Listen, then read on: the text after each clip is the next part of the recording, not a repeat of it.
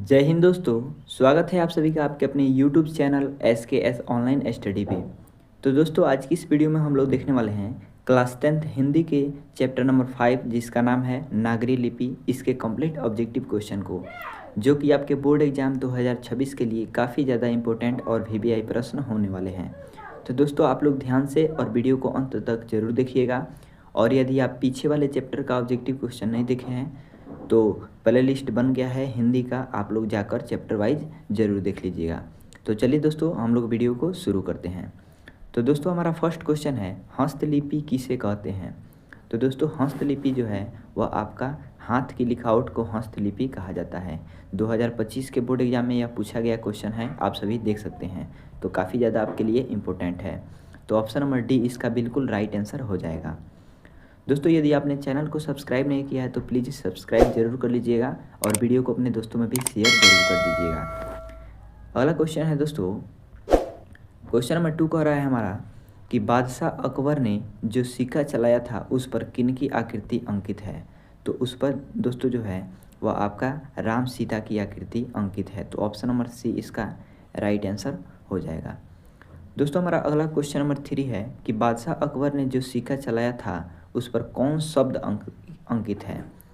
तो दोस्तों शब्द जो कहा जाए तो शब्द उस पर राम सीए शब्द अंकित है। तो ऑप्शन नंबर डी इसका राइट आंसर हो जाएगा। दोस्तों हमारा अगला क्वेश्चन कह रहा है कि निम्नलिखित भाषाओं में से किस भाषा को देवनागरी लिपि में लिखा जाता है। तो दोस्तों हिंदी भाषा को देवनागरी लिपि में लिखा जाता है, अंग्रेजी को रोमन लिपि में और पंजाबी को गुरुमुखी लिपि में लिखा जाता है। दोस्तों हमारा अगला क्वेश्चन कह रहा है कि स्थापत्य की उत्तर भारत की एक विशेष शैली को क्या कहते हैं। तो दोस्तों इसे नागर शैली के नाम से जाना जाता है। दोस्तों हमारा अगला क्वेश्चन है कि टकसाल शब्द का अर्थ क्या होता है। तो इसका अर्थ होता है जहाँ सिक्के ढलते हैं उसे हम लोग टकसाल के नाम से जानते हैं। चलिए दोस्तों हम लोग आगे के क्वेश्चंस को देख लेते हैं। अगला क्वेश्चन है किस शासक ने ऐसा सिक्का चलाया जिस पर नागरी लिपि में राम सीए शब्द अंकित है। तो अभी आपने देखा कि बादशाह अकबर ने ऐसा सिक्का चलाया जिस पे राम सीए शब्द अंकित है। तो ऑप्शन बी आपका राइट आंसर हो जाएगा। अगला क्वेश्चन है दोस्तों चंद्रगुप्त द्वितीय विक्रम द्वितीय का व्यक्तिगत नाम क्या था। तो इनका व्यक्तिगत नाम जो था वो आपका देव था। तो ऑप्शन नंबर सी इसका राइट आंसर हो जाएगा। दोस्तों हमारा नेक्स्ट क्वेश्चन है काशी क्या है। तो दोस्तों काशी जो है ये आपका देवनगरी है। ऑप्शन नंबर बी इसका राइट आंसर हो जाएगा। नेक्स्ट क्वेश्चन है कि कर्नाटक प्रदेश का श्रवण बेलगोल स्थान किसका प्रसिद्ध तीर्थ स्थल है।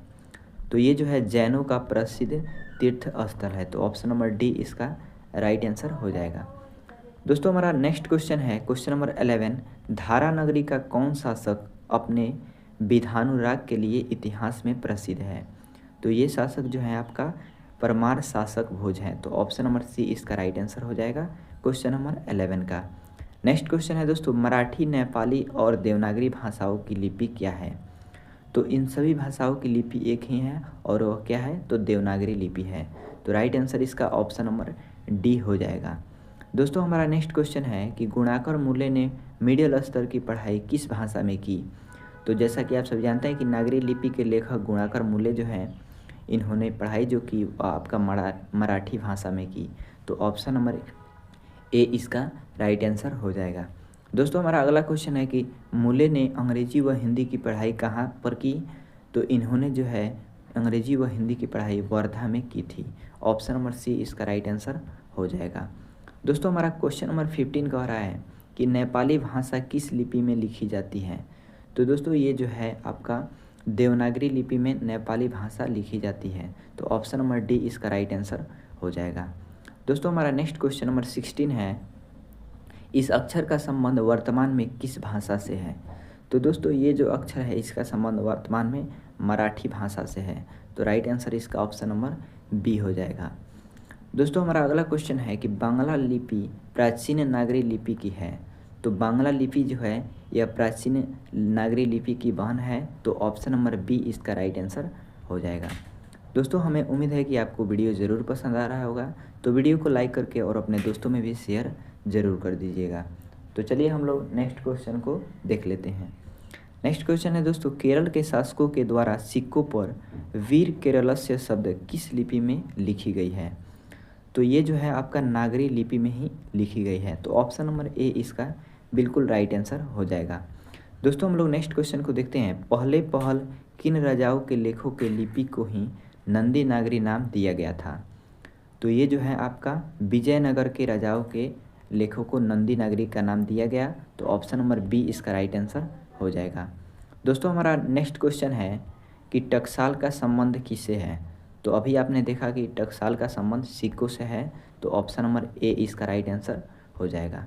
नेक्स्ट क्वेश्चन है दोस्तों, श्रवण बेलगोला स्थान का संबंध किससे है? तो श्रवण बेलगोला स्थान का संबंध जो है आपका जैन धर्म से है। तो ऑप्शन नंबर ए इसका राइट आंसर हो जाएगा।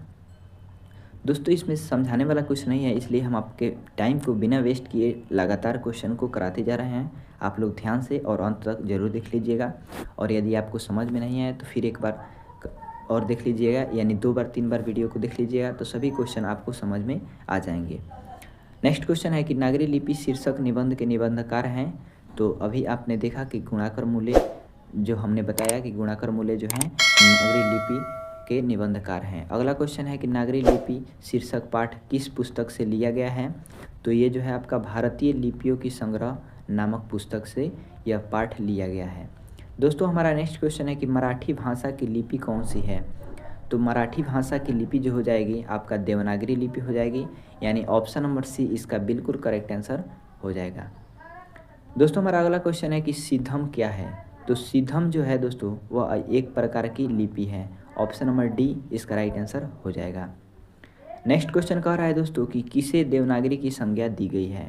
तो देवनागरी की संज्ञा यहाँ पे काशी को दी गई है। ऑप्शन नंबर बी इसका राइट आंसर हो जाएगा। दोस्तों हमारा अगला क्वेश्चन कह रहा है कि मालवा में नगर नागर लिपि का इस्तेमाल होता है, ऐसा किसने कहा?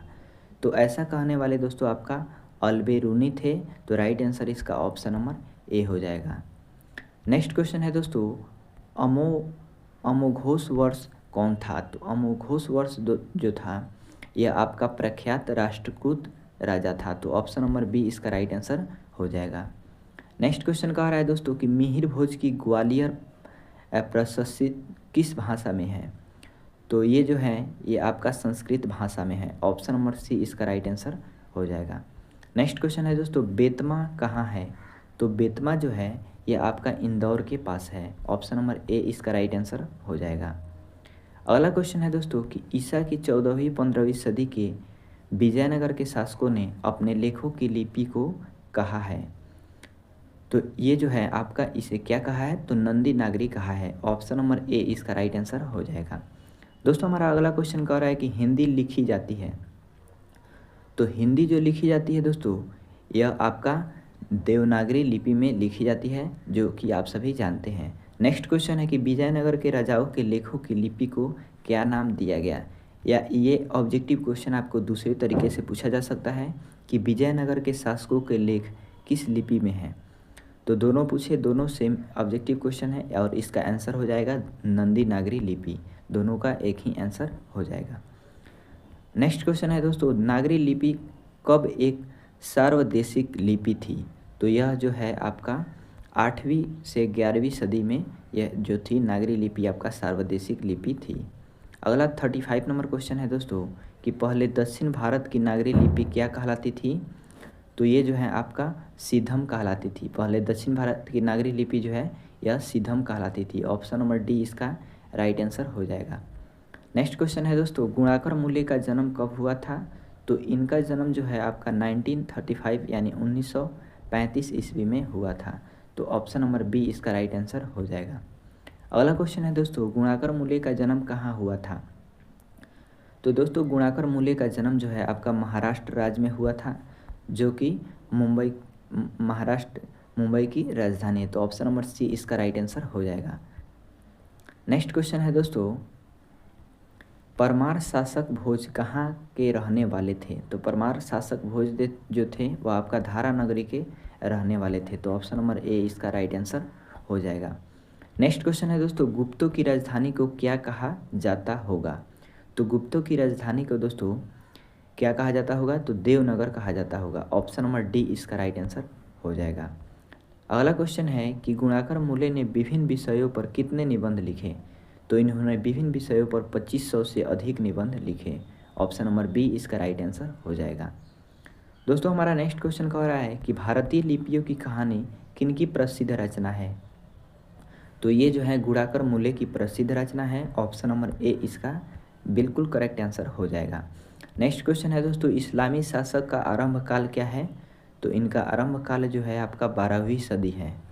नेक्स्ट क्वेश्चन है कि गुणाकर मूल्य की मृत्यु कब हुई, तो दोस्तों गुणाकर मूल्य की मृत्यु 2009 ईस्वी में हुई है। अगला क्वेश्चन है कि नागरी लिपि के आरंभिक लेख हमें कहाँ से मिलते हैं, तो नागरी लिपि के आरंभिक लेख दोस्तों दक्षिण भारत से मिलते हैं। ऑप्शन नंबर सी इसका राइट आंसर हो जाएगा। दोस्तों हमारा अगला क्वेश्चन कह रहा है कि बेतमा दानपत्र किस समय का है, तो बेतमा दानपत्र जो है आपका 1020 ईस्वी से ही है। नेक्स्ट क्वेश्चन है दोस्तों, उत्तर भारत से नागरी लिपि के लेख कब से मिलने लगते हैं, तो ये जो है आपका 8वीं सदी से मिलने लगते हैं। तो ऑप्शन नंबर ए इसका राइट आंसर हो जाएगा। दोस्तों हमारा नेक्स्ट क्वेश्चन है कि निबंध के लेखक हैं, तो ये जो निबंध है यानी नागरी लिपि जो निबंध है इसके लेखक जो हैं आपका गुणाकर मूल्य है। तो ऑप्शन नंबर ए इसका राइट आंसर हो जाएगा। अगला क्वेश्चन है दोस्तों कि तमिल, मलयालम, तेलुगु, कन्नड़ भाषाएं हैं, तो ये सभी भाषाएं जो हैं आपका दक्षिण भारत की भाषाएं हैं। तमिल, मलयालम, तेलुगु और कन्नड़ जो हैं दक्षिण भारत में बोली जाने वाली भाषाएं हैं। अगला क्वेश्चन है दोस्तों, रामायण की रचना किस भाषा में है, तो रामायण की रचना जो है संस्कृत भाषा में है। अगला क्वेश्चन है, नागरी लिपि शीर्षक पाठ साहित्य की कौन सी विद्या है, तो अभी आपने देखा कि यह एक प्रकार का निबंध है। नेक्स्ट है दोस्तों, दक्षिण भारत की नागरी लिपि क्या कहलाती है, तो ये जो है आपका नंदी नागरी के नाम से जानी जाती है। दोस्तों हमारा 52 नंबर क्वेश्चन कह रहा है कि 10वीं 11वीं सदी में किस रचना ने भारत यूरोप के बीच व्यापार संबंध के बारे में बताया, तो दोस्तों यह कौन सी रचना थी जिन्होंने ऐसा बताया, तो ये दोस्तों आपका कौन सी रचना थी, तो ये रचना जो थी दोस्तों आपका पद्मावत थी। तो ऑप्शन नंबर सी इसका राइट आंसर हो जाएगा। दोस्तों चलिए हम लोग आगे के क्वेश्चंस को देख लेते हैं।